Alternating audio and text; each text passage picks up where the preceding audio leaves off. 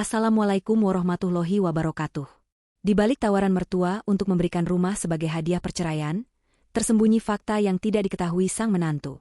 Di pinggiran kota Jakarta yang ramai, di sebuah gang sempit yang dipenuhi suara klakson sepeda motor dan aroma sate dari pedagang keliling, berdiri rumah kecil berpagar besi hitam. Rumah itu sederhana namun hangat, dengan dinding berwarna krem dan taman kecil di belakang yang ditumbuhi tanaman cabai serta kemangi. Disinilah Andi dan Sinta, pasangan muda yang baru 2 tahun menikah, menjalani kehidupan mereka. Rumah itu adalah hadiah pernikahan dari Bu Rina, Ibu Sinta, seorang janda kaya yang dikenal tegas dan berpengaruh di lingkungan elit Jakarta. Setidaknya, begitulah cerita yang diterima Andi, dan ia menerimanya dengan rasa syukur, meski kadang merasa seperti tamu di rumah sendiri. Andi, seorang teknisi mesin, bekerja di sebuah pabrik kecil di kawasan industri Cakung. Setiap pagi, ia bangun sebelum fajar, mengenakan seragam biru tua yang sudah sedikit pudar, dan menaiki sepeda motor bututnya menuju tempat kerja.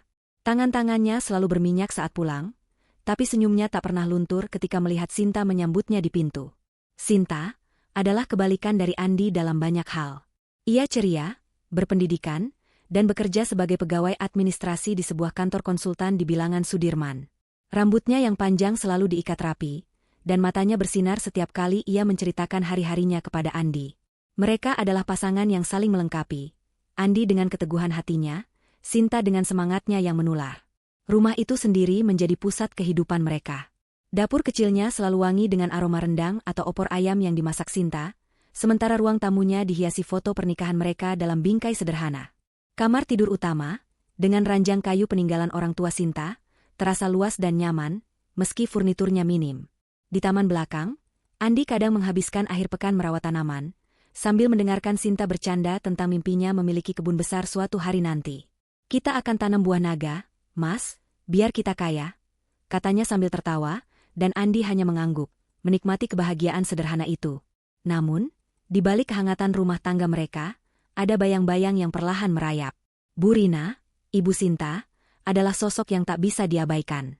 Ia tinggal di sebuah rumah mewah di kawasan Kebayoran Baru, lengkap dengan kolam renang dan garasi yang menampung 2 mobil mewah. Sebagai janda kaya yang mewarisi bisnis properti mendiang suaminya, Bu Rina punya pengaruh besar, baik di keluarga maupun di lingkungan sosialnya.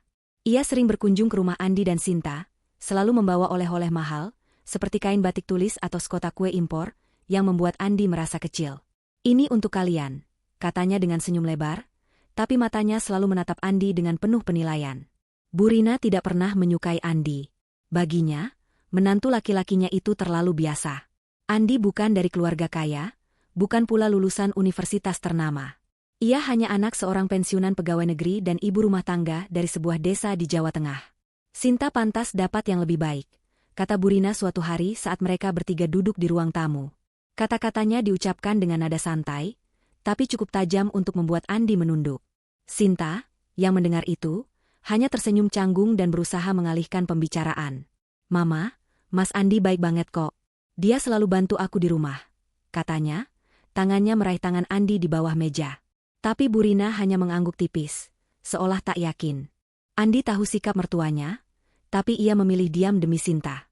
Ia mencintai istrinya dengan tulus, dan rumah itu, meski katanya hadiah dari Bu Rina, adalah tempat di mana mereka membangun mimpi bersama.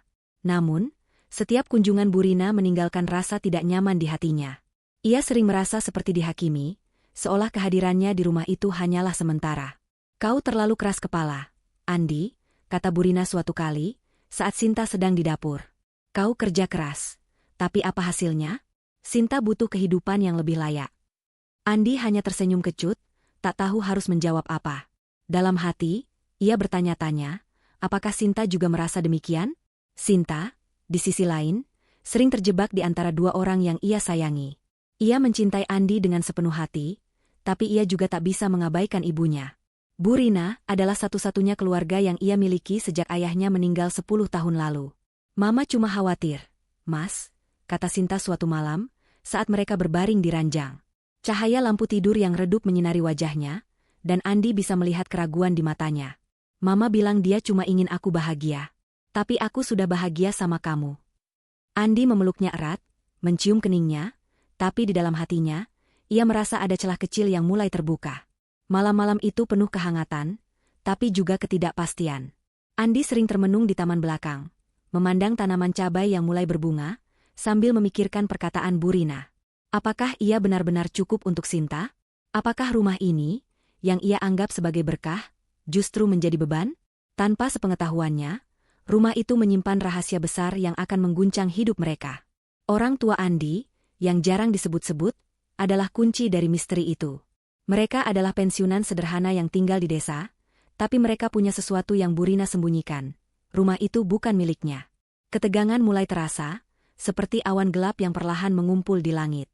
Bu Rina, dengan senyumnya yang penuh perhitungan, sedang merencanakan sesuatu. Setiap kunjungannya membawa kata-kata yang seperti duri, menusuk hati Andi sedikit demi sedikit. Sinta, yang polos dan setia, belum menyadari intrik yang dirancang ibunya. Dan rumah itu, yang mereka anggap sebagai simbol cinta mereka, sebenarnya adalah jebakan yang akan menguji kekuatan ikatan mereka. Hari-hari berlalu di rumah kecil Andi dan Sinta dengan ritme yang tampak biasa, namun ketegangan mulai merayap seperti kabut tipis di pagi hari. Taman belakang rumah, yang biasanya menjadi tempat Andi menenangkan diri, kini terasa lebih sepi, seolah tanaman cabai dan kemangi yang ia rawat ikut merasakan beban di hatinya. Bu Rina, Ibu Sinta, mulai mengintensifkan kunjungannya, datang dengan alasan-alasan kecil yang terasa semakin terencana. Ia membawa kue-kue mahal, buah-buahan impor, atau bahkan kain batik yang katanya cocok untuk Sinta kenakan ke acara penting. Setiap hadiah itu seperti umpan, dan Andi, meski berusaha mengabaikannya, mulai merasa terpojok. Suatu sore, saat Sinta masih di kantor, Bu Rina datang tanpa pemberitahuan. Ia duduk di sofa ruang tamu, mengenakan kebaya sutra berwarna merah marun yang kontras dengan wajahnya yang selalu terpoles riasan sempurna. Andi, yang baru pulang dari pabrik dengan seragamnya yang sedikit kotor, merasa kecil di hadapan mertuanya. "Andi, duduklah. Aku ingin bicara serius," kata Bu Rina, suaranya lembut seperti madu, tapi matanya tajam seperti elang. Andi menurut, meski hatinya berdegup kencang. Ia tahu pembicaraan ini bukan sekadar basa-basi. "Andi, aku lihat kau capek sekali." Bu Rina memulai, tangannya merapikan lipatan kebaya. "Kerja keras di pabrik, pulang malam, gaji pas-pasan. Apa kau tidak pernah berpikir untuk hidup yang lebih baik?" Andi mengerutkan kening, tak suka arah pembicaraan ini. "Saya bekerja untuk Sinta, Bu. Kami bahagia," jawabnya, suaranya tegas tapi sopan. Tapi Bu Rina tersenyum tipis, seolah sudah menyiapkan serangan berikutnya. "Bahagia? Andi, jangan naif. Sinta anakku, aku tahu hatinya. Ia sering cerita padaku tentang tagihan yang menumpuk, tentang mimpinya yang tak tercapai karena kau." Kata-kata itu seperti pisau yang menusuk hati Andi. Ia teringat pertengkaran kecil mereka minggu lalu, ketika Sinta kesal karena tagihan listrik membengkak setelah ia lupa mematikan AC. "Kau baik, Andi," lanjut Bu Rina, suaranya kini seperti bisikan yang penuh perhitungan. "Tapi kebaikan tidak cukup. Sinta butuh pria yang bisa beri dia kehidupan yang layak, seperti dulu, sebelum ia memilihmu." Andi menunduk, tangannya mencengkeram lututnya. Apakah Sinta benar-benar mengeluh kepada ibunya? Atau ini hanya permainan Bu Rina? Malam itu, setelah Bu Rina pergi, Andi tak bisa tidur. Ia duduk di teras depan, memandang langit Jakarta yang kelabu, penuh polusi dan lampu neon. Pikirannya dipenuhi keraguan. Ia mencintai Sinta dengan sepenuh hati. Tapi bagaimana jika Sinta memang tidak bahagia? Bagaimana jika ia, dengan gajinya yang kecil dan hidupnya yang sederhana, hanya menjadi beban bagi istrinya? Bu Rina kembali datang beberapa hari kemudian, kali ini dengan senjata yang lebih berbahaya. Sebuah cerita. "Kemarin aku lihat Sinta bertemu dengan teman lamanya, kamu tahu, kan, Dika? Pria itu sekarang direktur di perusahaan besar. Mereka ngobrol lama di kafe, Sinta tampak bahagia." Andi menegang. Dika adalah mantan pacar Sinta, pria yang dulu sempat dekat dengannya sebelum Andi masuk ke hidupnya. Apakah itu kebetulan, atau bagian dari rencana Bu Rina? Rayuan Bu Rina semakin gencar. Ia mulai menawarkan ide yang terdengar gila, namun menggoda. "Andi, kalau kau mau bercerai, rumah ini akan jadi milikmu sepenuhnya. Kau bisa jual, dapat ratusan juta, mulai hidup baru. Sinta, biar aku urus. Aku akan cari pria yang lebih layak untuknya." Andi terkejut, wajahnya memucat. "Bu, saya cinta Sinta. Ini bukan soal uang atau rumah," balasnya, suaranya gemetar. Tapi Bu Rina tak menyerah. Ia melangkah lebih dekat, matanya penuh keyakinan. "Cinta? Itu omong kosong kalau kau tak bisa beri dia apa-apa. Pikirkan, Andi. Rumah ini harganya ratusan juta, impian bagi orang seperti kau. Kata, orang seperti kau, itu menusuk seperti duri. Andi tahu apa maksud Burina. Ia merendahkannya, menganggapnya tak sepadan dengan Sinta. Malam demi malam, rayuan itu meracuni pikirannya. Ia mulai memperhatikan hal-hal kecil. Sinta yang terlihat lelah setelah kerja, Sinta yang kadang diam saat Andi bercerita tentang harinya. Apakah itu tanda-tanda ketidakbahagiaan? Apakah Burina benar? Ia mulai mempertanyakan dirinya sendiri, pernikahannya, bahkan cinta yang selama ini ia yakini. Sinta, di sisi lain, tidak menyadari badai yang sedang dirancang ibunya. Ia tetap ceria, memasak makan malam untuk Andi, dan bercanda tentang rencana libur akhir pekan. Tapi kadang, saat Andi menatapnya, ia merasa ada sesuatu yang berbeda di mata suaminya, seperti keraguan yang tak pernah ada sebelumnya. "Mas, kamu kenapa?" tanyanya suatu malam, saat mereka duduk di ruang makan. Andi hanya tersenyum kecil, menggeleng. "Nggak apa-apa, Sin, cuma capek." Tapi di dalam hatinya, ia sedang berperang dengan dirinya sendiri. Burina terus menekan, datang dengan cerita-cerita baru yang semakin meyakinkan. Ia menyebutkan nama-nama pria lain yang katanya lebih cocok untuk Sinta, pria-pria sukses yang bisa memberikan kehidupan mewah seperti yang dulu Sinta nikmati bersama keluarganya. "Andi, pikirkan masa depanmu. Kau masih muda. Dengan uang dari rumah ini, kau bisa mulai lagi, tanpa beban." Kata-kata itu seperti racun yang perlahan meresap, membuat Andi mulai mempertimbangkan hal yang dulu tak pernah terpikirkan, hidup tanpa Sinta. Hari-hari di rumah kecil Andi dan Sinta kini terasa seperti berjalan di atas tali tipis di tengah badai. Burina, dengan segala rayuannya, telah menabur benih keraguan di hati Andi, dan benih itu mulai berakar. Setiap malam, saat Sinta tertidur dengan wajah polos di sampingnya, Andi memandang langit-langit kamar, pikirannya bergulat dengan kata-kata Burina yang seperti racun. "Rumah ini akan jadi milikmu.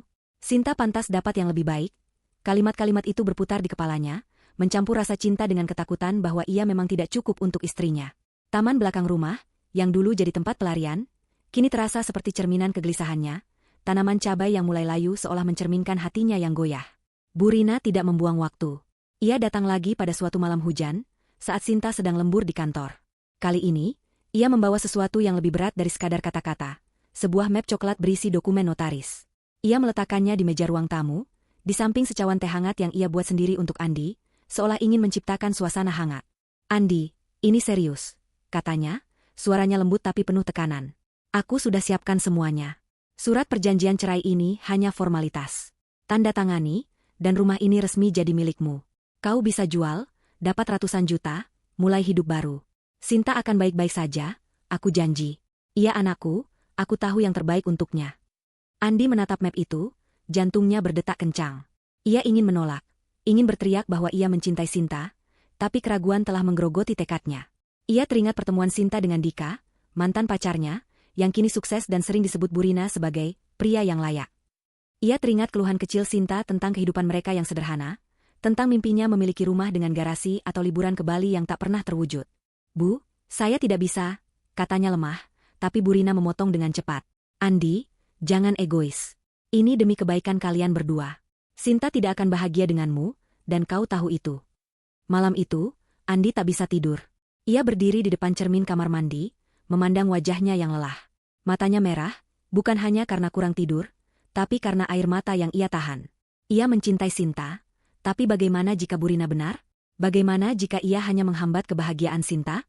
Gambaran hidup baru mulai menggoda, rumah itu dijual, ia pindah ke kota lain, membangun hidup tanpa tekanan Burina. Tapi setiap kali ia membayangkan hidup tanpa Sinta, hatinya seperti ditusuk. Ia memandang foto pernikahan mereka di dinding, di mana Sinta tersenyum lebar dalam gaun putih sederhana, dan air matanya akhirnya jatuh. Keesokan harinya, Burina datang lagi, kali ini dengan nada yang lebih tegas. "Andi, jangan buang waktu. Tanda tangani sekarang, atau aku akan bicara langsung dengan Sinta. Kau mau dia tahu kau ragu-ragu soal pernikahan kalian." Ancaman itu seperti pukulan terakhir. Andi, dengan tangan gemetar, mengambil pena yang disodorkan Burina. Ia menatap dokumen itu, kata-kata, perjanjian cerai, terasa seperti pisau yang siap memotong ikatan hidupnya. "Baiklah, Bu," katanya akhirnya, suaranya hampir tak terdengar. Ia menandatangani surat itu, setiap goresan pena terasa seperti pengkhianatan terhadap Sinta. Burina tersenyum, tapi ada kilatan kemenangan di matanya yang membuat Andi merinding. Pagi itu, Sinta pulang dari kantor dengan wajah lelah namun ceria. Ia membawa plastik berisi bakpao kesukaan Andi, ingin mengejutkannya dengan sarapan bersama. Tapi saat ia masuk ke ruang makan, ia melihat map coklat di atas meja. Dengan tangan gemetar, ia membukanya, dan matanya melebar saat membaca kata-kata di dalamnya. "Andi, ini apa?" tanyanya, suaranya bergetar. Andi, yang baru keluar dari kamar mandi, membeku. Ia tak bisa menatap mata Sinta, yang kini dipenuhi air mata. "Kenapa, Mas? Apa salahku?" Sinta menangis, memeluk Andi dengan putus asa, seolah ingin menahan sesuatu yang sudah retak. Andi tak bisa menjawab. "Ini demi kamu, Sin," katanya pelan, suaranya penuh penyesalan. "Mama bilang kau pantas dapat yang lebih baik." Sinta menggeleng, air matanya membasahi baju Andi. "Aku cuma mau kamu, Mas. Aku nggak peduli apa kata Mama." Tapi kata-katanya terputus ketika Burina masuk, seolah sudah menunggu momen ini. Dengan wajah pura-pura sedih, ia memeluk Sinta. "Sudahlah, Nak. Mama akan urus semuanya. Rumah ini sekarang milik Andi, biar dia pergi. Kita mulai lagi, ya?" Sinta menangis histeris, hatinya hancur. Ia merasa dikhianati oleh dua orang yang paling ia percaya. Rumah kecil di pinggiran Jakarta itu kini terasa seperti cangkang kosong. Tawa Sinta yang dulu mengisi ruang tamu, telah digantikan oleh keheningan yang mencekam. Andi, yang kini tidur di sofa setelah menandatangani surat cerai sementara, merasa seperti orang asing di tempat yang dulu ia panggil rumah. Setiap sudut ruangan mengingatkannya pada Sinta, foto pernikahan di dinding, cangkir kopi favoritnya di rak dapur, bahkan aroma kemangi dari taman belakang yang kini tak lagi ia rawat. Penyesalan menyelimuti hatinya seperti kabut tebal, tapi dokumen yang ia tandatangani atas bujukan Burina terasa seperti belenggu yang tak bisa dilepaskan. Sinta, yang kini menginap di rumah mewah Burina di Kebayoran Baru, tak jauh lebih baik. Ia duduk di kamar tamu yang dingin, dikelilingi furnitur mahal yang terasa asing. Matanya sembab karena menangis berjam-jam, hatinya remuk oleh pengkhianatan yang tak pernah ia duga. "Kenapa, Mas? Apa aku kurang untukmu?" gumamnya pada diri sendiri, memeluk bantal yang tak bisa menggantikan pelukan Andi. Burina, dengan kepura-puraan kasih sayang, terus meyakinkan Sinta bahwa ini adalah jalan terbaik. "Andi bukan untukmu, Nak. Mama akan cari pria yang lebih baik, yang bisa beri kau kehidupan seperti dulu," katanya sambil mengelus rambut Sinta. Tapi di balik kata-kata manis itu, ada rencana licik yang belum terungkap. Andi, yang tak tahan dengan keheningan rumah, akhirnya menghubungi ayahnya di desa. Ia merasa tersesat, membutuhkan nasihat dari seseorang yang selalu jadi penutup lukanya sejak kecil. Ayahnya, Pak Hartono, seorang pensiunan pegawai negeri yang sederhana, mendengarkan cerita Andi dengan sabar di ujung telepon. Ketika Andi menyebut rumah dan bujukan Burina, tawa kecil Pak Hartono menggema, membuat Andi bingung. "Rumah itu milik kami, Nak," kata ayahnya dengan nada tenang. "Kami yang beli dan beri ke Burina sebagai pinjaman untuk kalian. Sertifikat tanahnya atas nama kami. Burina cuma ngaku-ngaku supaya bisa kendalikan kalian." Kata-kata itu seperti petir di siang bolong. Andi terdiam, tak percaya. "Apa, yah?" tanyanya, suaranya gemetar. Pak Hartono menjelaskan dengan sabar. Bertahun-tahun lalu, ia dan Ibu Andi membeli rumah itu dengan tabungan mereka, ingin memberikan hadiah untuk anak mereka tanpa membuat Andi merasa bergantung. Mereka mempercayakan pengelolaan kepada Burina, berpikir ia akan jujur. "Kami tak bilang apa-apa karena kami ingin kalian bahagia, bukan jadi beban," tambah ayahnya. Andi merasa dunia berputar. Rumah yang selama ini ia kira milik Burina, yang menjadi alat untuk memisahkan ia dan Sinta, ternyata warisan dari orang tuanya sendiri. Dengan jantungan, Andi berlari ke laci rahasia di kamar tidur, tempat ia menyimpan dokumen-dokumen penting. Di antara tumpukan kertas, ia menemukan map tua yang berdebu. Di dalamnya, sertifikat rumah dengan nama ayahnya, Pak Hartono, tertera jelas. Tanggal pembelian, cap notaris, semuanya membuktikan kebenaran. Burina telah berbohong sejak awal. Rumah itu bukan miliknya, melainkan warisan keluarga Andi. Intrik Burina terkuak. Ia ingin memisahkan Andi dan Sinta, menjual rumah itu diam-diam untuk keuntungan pribadi, dan menikahkan Sinta dengan pria kaya pilihannya, seperti Dika, mantan pacar Sinta yang kini sukses. Kemarahan membakar hati Andi. Ia merasa bodoh, dikhianati, tapi lebih dari itu, ia menyesal telah meragukan cinta Sinta. Tanpa buang waktu, ia menghubungi Sinta, yang masih di rumah Burina. "Sin, aku harus bicara. Ini penting," katanya di telepon, suaranya penuh urgensi. Sinta, meski masih terluka, setuju untuk bertemu di kafe kecil dekat rumah mereka. Di sana, dengan mata berkaca-kaca, Andi menceritakan semuanya. Kebohongan Burina, sertifikat rumah, dan penyesalannya yang dalam. Aku bodoh, Sin. Aku nggak seharusnya percaya Mama. Aku cuma takut kau nggak bahagia denganku. Sinta mendengarkan dengan wajah pucat, tangannya mencengkeram cangkir kopi.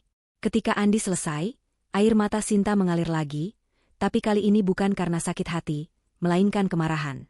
Mama kenapa bohong? Gumamnya. Ia langsung pulang ke rumah Burina, menuntut penjelasan. Di ruang tamu yang megah, Sinta berdiri di depan ibunya. Suaranya bergetar. Mama, rumah itu milik keluarga Andi. Kenapa Mama bilang itu punya Mama? Kenapa Mama mau pisahkan kami? Burina, yang biasanya penuh percaya diri, tampak pucat. Ia mencoba membela diri, aku cuma ingin yang terbaik untukmu, Sinta. Andi bukan siapa-siapa. Tapi kata-katanya terdengar hampa, dan Sinta menggeleng, kecewa. Mama hancurkan kepercayaanku, katanya, sebelum berbalik pergi.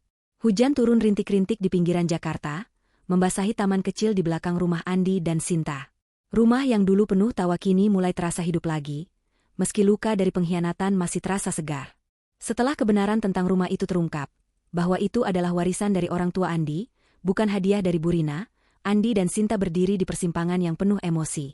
Sinta telah kembali ke rumah mereka, meninggalkan rumah mewah Burina dengan hati yang masih terluka. Andi, yang penuh penyesalan karena sempat goyah, bertekad untuk memperbaiki segalanya. Rumah itu, dengan dinding krem dan aroma kemangi yang perlahan kembali, menjadi saksi bisu dari upaya mereka untuk menyembuhkan luka. Pagi itu, orang tua Andi, Pak Hartono dan Ibu Sari, tiba dari desa dengan bus malam. Mereka adalah pasangan sederhana, mengenakan pakaian yang sudah usang namun rapi, membawa tas kain berisi oleh-oleh mangga dari kebun mereka. Andi memeluk mereka erat di pintu depan, air matanya hampir jatuh. Maaf, yah, Bu, aku bikin kalian susah, katanya, suaranya parau. Pak Hartono hanya menepuk pundak anaknya, tersenyum kecil. Kami cuma ingin kalian bahagia, Nak. Rumah ini untuk kalian berdua, bukan untuk jadi alat permainan. Ibu Sari memeluk Sinta, yang berdiri dengan mata sembab, dan berbisik, kamu anak kami juga sekarang, Sinta. Kami percaya sama kalian. Mereka duduk bersama di ruang tamu, di sofa yang sama tempat Burina pernah meracuni pikiran Andi. Pak Hartono membawa map tua berisi dokumen asli rumah itu, termasuk sertifikat dengan namanya yang jelas tertera. Dengan tenang, ia menceritakan bagaimana mereka membeli rumah itu bertahun-tahun lalu dengan tabungan pensiun, ingin memberi Andi dan Sinta awal yang baik tanpa membuat mereka merasa terbebani. Kami serahkan ke Rina karena kami pikir dia akan jujur. Ternyata kami salah menilai, katanya, nadanya penuh penyesalan tapi tanpa amarah. Sinta mendengarkan dengan air mata mengalir, merasa bersalah karena ibunya telah menipu semua orang. Sinta, yang masih bergulat dengan kekecewaan terhadap Burina, memeluk Andi erat. Aku nggak mau cerai, Mas, katanya, suaranya penuh keyakinan meski bergetar. Aku cuma mau sama kamu, apapun yang terjadi. Andi, yang selama ini merasa bersalah karena sempat menandatangani surat cerai, memegang tangan Sinta erat-erat. Aku janji, Sin, aku nggak akan ragu lagi. Aku bodoh karena percaya Mama. Mereka duduk berdekatan, tangan saling menggenggam, seolah ingin memastikan bahwa cinta mereka masih utuh di tengah badai yang hampir menghancurkan. Sore itu, Burina datang tanpa diundang. Wajahnya pucat dan riasannya tak lagi sempurna. Ia tahu rahasianya telah terbongkar, dan untuk pertama kalinya, ia tampak rapuh. Sinta, Nak, Mama cuma ingin yang terbaik untukmu, katanya, suaranya hampir memohon. Sinta berdiri di depan ibunya, matanya penuh luka. Mama hancurkan kepercayaanku. Mama bohong tentang rumah, tentang Andi, tentang segalanya. Kenapa, Ma? Burina menunduk, air mata mengalir di pipinya, sesuatu yang tak pernah dilihat Sinta sebelumnya. Aku takut kau salah pilih, seperti aku dulu. Aku pikir pria kaya seperti Dika akan bikin kau bahagia. Kata-kata itu membuka luka lama. Sinta tahu ibunya pernah menikah dengan ayahnya karena cinta, tapi kehidupan mereka penuh konflik sebelum ayahnya meninggal. Tapi Sinta menggeleng. Aku bukan Mama. Aku pilih Andi karena aku cinta dia, bukan karena uang. Burina terdiam, menyadari bahwa ambisinya telah menghancurkan ikatan dengan putri satu-satunya. Maafkan Mama, Sinta, katanya pelan, tapi Sinta hanya mengangguk kecil. Aku maafin Mama, tapi aku butuh waktu. Dan Mama nggak boleh campur lagi urusan kami. Malam itu, Andi dan Sinta duduk di taman belakang, di bawah lampu taman yang redup. Tanaman cabai yang sempat layu kini mulai berbunga lagi, berkat perawatan Andi yang kembali rajin. Mereka berbicara panjang, tentang mimpi mereka, tentang luka yang masih ada, dan tentang janji untuk saling menjaga. Kita mulai dari awal, ya, Sin, kata Andi, matanya penuh harap. Sinta tersenyum, air mata bahagia mengalir. Iya, Mas. Kita punya rumah ini, kita punya satu sama lain. Itu cukup. Rumah itu, yang sempat menjadi alat intrik, kini benar-benar milik mereka, simbol cinta yang telah diuji namun bertahan. Orang tua Andi pulang ke desa dengan hati lega, meninggalkan pesan bahwa mereka selalu ada jika dibutuhkan. Bu Rina, yang kini tinggal sendirian di rumah megahnya, mulai merenungi kesalahannya. Ia kehilangan kepercayaan Sinta, tapi pintu pengampunan masih sedikit terbuka, meski dengan batas yang jelas. Andi dan Sinta memulai hidup baru, lebih kuat dan lebih waspada. Mereka belajar bahwa rahasia keluarga bisa menghancurkan, tapi kebenaran, meski menyakitkan, membawa penyembuhan. Rumah kecil itu kembali dipenuhi tawa, aroma masakan Sinta, dan rencana masa depan yang sederhana namun penuh harap.